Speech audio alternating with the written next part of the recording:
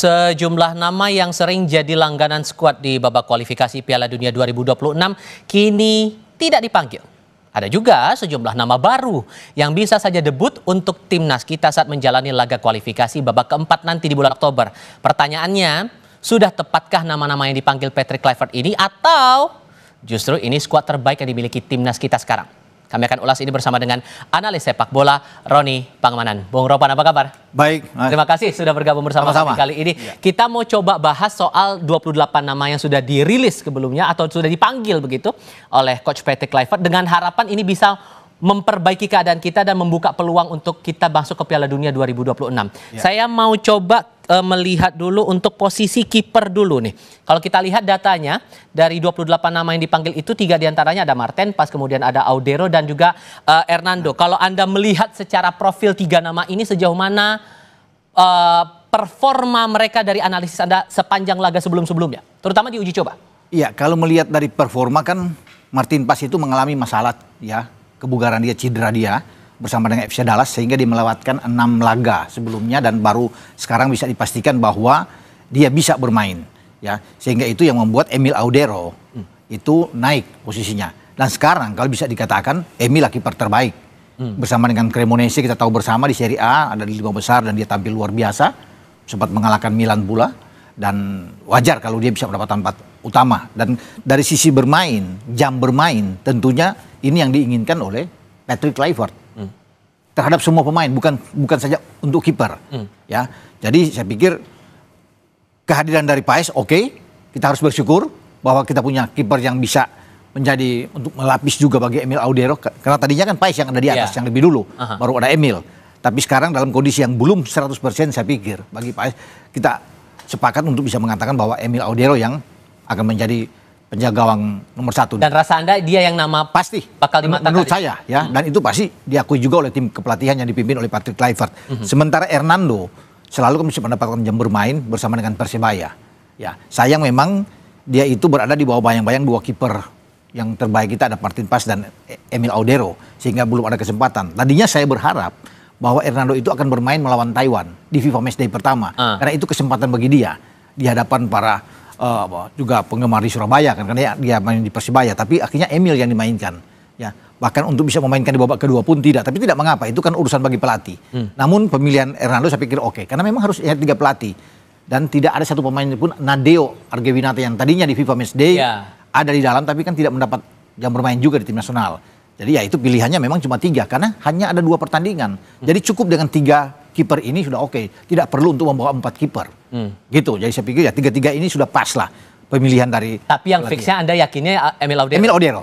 Itu saya yakin ya bahwa dia kan ketika melihat juga bermain lawan Taiwan dan juga melawan Lebanon kan dia terus yang dimainkan. Bahkan tidak ditarik juga keluar. Kalau saya pelatih misalnya Kluivert untuk bisa memberikan jam bermain kepada yang lain, bisa aja Nadeo masuk, bisa juga Nando bisa masuk kan, paling tidak di babak kedua, tapi itu tidak dilakukan. Ya, tapi Emil yang harus dimainkan, baik melawan Taiwan dan juga dengan Lebanon. Jadi saya pikir untuk menghadapi putaran keempat nantinya dengan Arab dan Irak, Emil yang akan bermain. Oke, itu analisis yang sejauh ini ditangkap ya kalau membaca dari profil sebelum-sebelumnya. Sekarang kita coba lihat untuk tembok pertahanan Garuda sekarang. Nah, Patrick Kluivert ini sampai memanggil sekitar 11 pemain juga begitu. Kalau kemudian, kita coba pemain belakang dulu kalau begitu.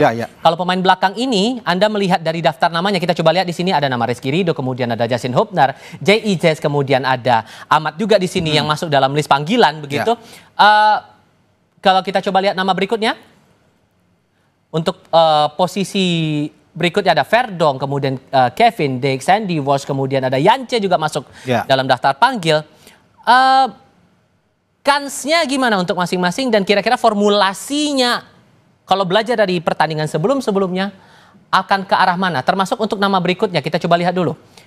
Ada James di situ, Patinama dan juga Eliano. Gimana? Ya, 11 pemain ini kan sudah termasuk itu ada back tengah, center back, kemudian ada yang bermain di full back.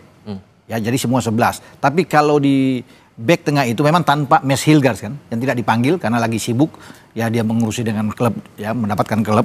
Tanpa Mes Hilgers pun saya pikir 4 pemain itu pas untuk bisa dimainkan ya, tinggal tergantung selera apa yang harus dilakukan oleh Patrick Kluivert.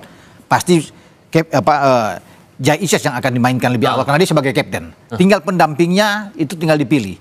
Apakah Ridho, Hapner atau Ahmad. Bahkan saya pikir ada Kevin Dix yang bisa bermain ke tengah seperti lawan Lebanon. Bermain dengan flat 4 back sejajar. Itu yang dimainkan adalah Ises dan Kevin Dix. Nah, Yance itu bermain di kanan. Yang tadinya itu adalah posisi dari Kevin Dix. Ya, bisa juga ada Sandy Walsh kan, bisa bermain di kanan. Ada Eliano Reinders yang bisa bermain di kanan. Tapi kalau kita mengacu pada pertandingan terakhir di FIFA Matchday melawan Lebanon itu kan formasinya kan ada 4 di belakang itu, Jai, kemudian ada Kevin Dix, ada Yance dan Dean James. Sementara Verdong didorong ke tengah untuk mendampingi Joe Pelupessy. Tom masuk di babak kedua. Tapi kalau melawan Arab, saya pikir dengan pemanggilan pemain yang sudah dilakukan ini, itu Verdong tidak akan bermain di gelandang. Dia akan bermain di posisi sebenarnya dia, yaitu di bek kiri. Dia akan bermain di situ, kemudian Jai bersama dengan mungkin saja Kevin Dix akan bermain. Walaupun Rido itu punya kesempatan untuk bisa tampil. Rido pemain yang bagus, ya, sangat konsisten bermain. Tapi kan semua pemilihan itu tergantung dari pelatih. Kalau dengan mengacu pada Lebanon, yang bermain di tengah itu adalah Dix dan Jai Ises. Yance ada di kanan. Dan Yance bermain 2 kali starting 11. Baik melawan Taiwan dan juga melawan Lebanon. Ya, jadi itu luar biasa. Hanya ada 2 pemain yang dipertahankan dari pertandingan Taiwan ke Lebanon, yaitu Emil Audero dan Yance. Selebihnya kan dirotasi oleh Patrick Kluivert. Jadi kalau bisa dipastikan, kalau tadi kita sudah bicara dengan Emil, maka di bek kanan itu ada Yance. Kalau kita melihat bermain dengan Lebanon. Tapi kan bisa saja berubah. Misalnya Kevin Dix kembali ke kanan. Rido yang bermain di tengah bersama dengan Jai Ises. Kalau bermain dengan 4 back kita bicara. Verdong ada di kiri. Lain halnya kalau bermain dengan 3 back. Bisa akan kembali ke formasi awal. Rido, Jai Ises dan Yasin Hapner. Itu yang akan ada di sana. Kemudian Kevin Dix ada di kanan dan Verdong ada di kiri. Itu yang kita akan lihat karena berubah menjadi 3-4-3 lagi. Cuma kan Kluivert melihat dia akan meminggirkan posisi 3-4-3 itu dengan skema itu dia akan beralih ke 4-3-3 atau 4-2-3-1. Makanya dengan flat itu dicobalah dalam 2 pertandingan FIFA Matchday melawan Taiwan dan Lebanon. Sehingga itu tergambar dengan Kevin Dix dicoba bermain dan bermain bagus Kevin Dix. Dalam transisi permainan dia lebih banyak untuk naik. Pola uji coba itu bisa diterapkan lagi. Itu saya pikir dari situ mungkin dia akan kembangkan melawan Arab dan Irak. Karena dengan pola 3-4-3 itu kan sudah kita bermain dengan Arab di putaran ketiga dan juga dengan Irak di putaran kedua. Dan mereka tahu dengan pola itu kan. Semenjak masih di STY dengan 3-4-3 selalu kan. Kita bertahan menunggu bola counter attack. Nah mungkin Kluivert saat ini ingin merubah cara itu dengan bermain posisi 4 back flat. Kemudian ada 2 gelandang yang lebih bertahan dan ada 3 gelandang lebih menyerang. Di samping ada 1 pemain yang ada di depan. Mungkin oleh Romani. Tapi kan semua tergantung dari Patrick Kluivert melihat. Jadi pemain-pemain belakang nggak ada masalah saya pikir. Itu semua pemain terbaik yang dipilih. Tapi kalau membaca kondisi lawan kita, Arab Saudi dan juga Irak, itu pola pertahanannya apakah perlu sama lagi seperti waktu itu? Atau kira-kira perlu reformasi ulang nggak kira-kira untuk penempatan posisinya dan untuk memperkuat pertahanan kita nanti? Pertahanan kita saya pikir tidak akan berubah seperti apa yang saya katakan tadi. Tergantung dari Patrick Kluivert kan. Dia akan bermain dengan pola skema seperti apa. Apakah kembali dengan 3 back yang saya sudah bilang tadi atau bermain dengan flat. Kalau flat saya bisa memilih seperti lawan Lebanon. Itu mungkin kemungkinan besar. Walaupun tadi saya bilang kan Rido masih bisa bermain untuk menggantikan Dix. Kalau Rido tampil bersama dengan Jai bisa saja Yance akan cadangan, Dix akan kembali ke kanan. Itu yang terjadi dengan Verdong ada di kiri. Ya. Tapi kalau memang dia ikut seperti lawan Lebanon, berarti Dix dan Jai Ises bermain di center back. Yance di kanan dan kemudian kemarin ada Dean James ya. Tapi sekarang tidak akan ada Verdong di situ. Oke. Sekarang kita coba lihat di lini tengah sekarang, di bagian gelandang.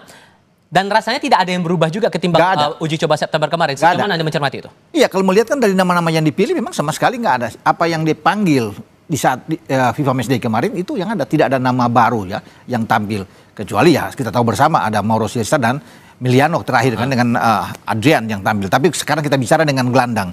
Gelandang ada Kambuaya, ada Haye, ada Klok, ada Nathan dan Pelupessy. Walaupun Ivar Jenner sebenarnya saya suka pemain ini untuk ada, tapi karena kebugaran, faktor kebugaran, cedera dia ya kambuh lagi, jadi dia nggak ada. Tapi dengan nama-nama ini, oke, berarti di tengah kalau bermain dengan 4-2-3-1, ya itu pengembangan dari 4-3-3, maka di tengah itu tetap ada Joe Pelupessy yang lebih bertahan, ya di depan Jai Ises dan juga Kevin Dix kalau dimainkan. Kemudian ada Tom Haye yang bisa bermain di sana.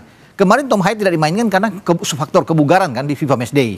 Sehingga Verdong yang dicoba oleh Patrick Kluivert bermain di sana, Dean James bermain di kiri. Tapi sekarang melihat dia bermain di Persib dengan bagus ya. Kemarin 90 menit lawan Arema tampil oke, bahkan dapat perpanjangan waktu bersama dengan Eliano. Saya pikir dia akan kembali ke top performance dia. Sehingga itu yang dibutuhkan, yang kita perlu sekali untuk seorang Tom Haye. Kenapa? Karena kita butuh pemain yang bisa mengendalikan ritme permainan di tengah. Tidak ada gelandang-gelandang seperti Tom Haye. Semua gelandang tipikal itu petarung, perebut bola, dan lebih bertahan. Satu-satunya yang bermain stylish adalah Tom Haye, yang bisa menilai bola, bisa melihat untuk mengumpan kemana arah bola. Dia lebih oke dibandingkan dengan misalnya Joe Pelupessy. Joe Pelupessy seorang pemain yang simpel kan, dapat rebut bola kasih. Nah, kita harus perlu seperti seorang Tom Haye, dan dia sudah mendapatkan itu, perlahan-perlahan dia dapat tuh stamina dia, fisik dia akan kembali. Bagaimana kemudian untuk Kambuaya, Klok dan Nathan ini kalau Anda melihat? Kalau bermain dengan 4-2-3-1, saya pikir Kambuaya akan mendapat kesempatan bermain. Di mana posisi Kambuaya? Kalau Ragnar Oratmangun ada di kiri misalnya atau dengan Miliano, dia bisa bermain sebagai gelandang serang. Lafri Roll di sana dia diberikan kesempatan bisa bergerak ke kiri, sama seperti lawan Lebanon kan. Ketika ada Vano bermain di kiri, ya dia bisa berputar dari kiri, bisa bermain di kanan, dan itu lebih bagus. Dan ini pemain bagus, skill, teknik, oke semua. Ketenangan dia ini bagus, tidak kasar bermain, jadi cocok dia. Jadi kalau kembali ke dari 4-2-3-1 ke 4-3-3, yang bermain di gelandang untuk mendampingi Joe Pelupessy dan juga dengan Tom Haye adalah Ricky Kambuaya, karena dia bisa di gelandang. Ya, jadi kembali ke posisi yang normal dengan 4-3-3. Kalau mendorong dengan 4-2-3-1, ya dia akan didorong lebih di belakang kalau Ole bermain di depan. Jadi saya pikir itu format yang fleksibel yang akan dilakukan oleh Patrick Kluivert. Dan saya meyakini dia pemain yang bagus. Lawan Lebanon kan bisa dilihat, terutama babak pertama, bagaimana dia banyak dijegal oleh lawan-lawan, oleh pemain-pemain belakang Lebanon, dan ini pemain yang sangat baik. Gitu. Oke. Dan tinggal posisi striker nih sekarang, yang juga perlu kita cermati karena kan ini pertaruhannya cukup besar untuk kita mengamankan posisi, kalau betul mau mengamankan posisi di Piala Dunia 2026. Ada nama Ragnar Oratmangun, kemudian ada Beckham di sini, Romeni juga ada di sini. Nama berikutnya teman-teman boleh ditunjukkan lagi yang sudah masuk dalam daftar panggil. Kalau untuk sekarang ini yang 3 dulu deh. Ragnar, Beckham, dan Romeni, secara performa Anda melihatnya gimana? Yang mencolok ada nggak kira-kira di antara 3 ini? Ya, Beckham pemain yang bagus. Ya, kalau bisa dilihat dia bisa bermain dari posisi keluar ya, bermain dari sisi flank. Tetapi kan kita butuh pemain yang punya kecepatan seperti Ragnar. Dia harus kembali seperti di awal. Ya, kenapa dia tidak dimainkan kemarin dalam 2 pertandingan Taiwan dan Lebanon? Walaupun dia ada, ditahan oleh Patrick Kluivert. Karena Patrick Kluivert ingin melihat dia tampil maksimal all out saat menghadapi putaran keempat lawan Arab Saudi dan Irak. Makanya dia disimpan saya pikir untuk menjaga kebugaran dia setelah dia dari sakit yang begitu lama, dan dia pasti akan dimainkan. Dengan dia ada, itu dia punya kecepatan Ragnar Oratmangun. Sehingga dari sisi ini akan sangat bagus. Walaupun sebenarnya Beckham masih bisa di situ, ada Vano juga paling bisa bermain, tapi kalau memilih dia akan bermain dari sisi, dan dia akan full.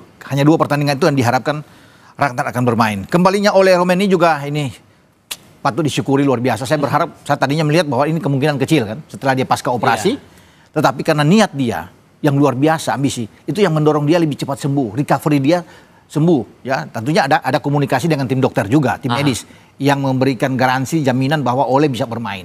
Tanpa ada jaminan dari tim medis, tidak mungkin dia dipanggil oleh Patrick Kluivert. Ya, tapi karena keinginan yang luar biasa, dia berlatih dengan baik bahwa dia masuk.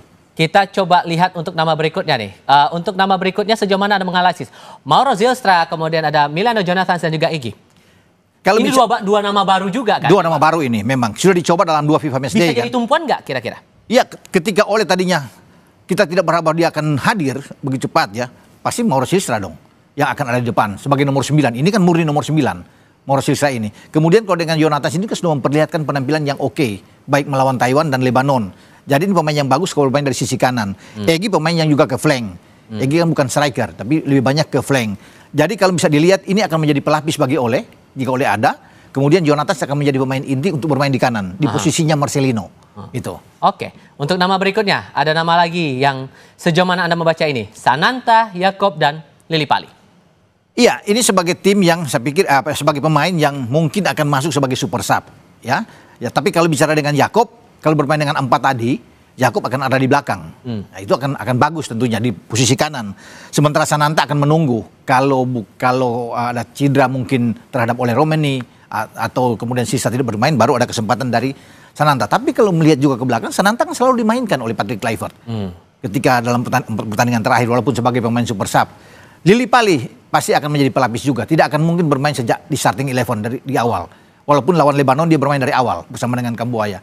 Karena yang kita bahas tadi, Ragnar akan menempati posisi itu.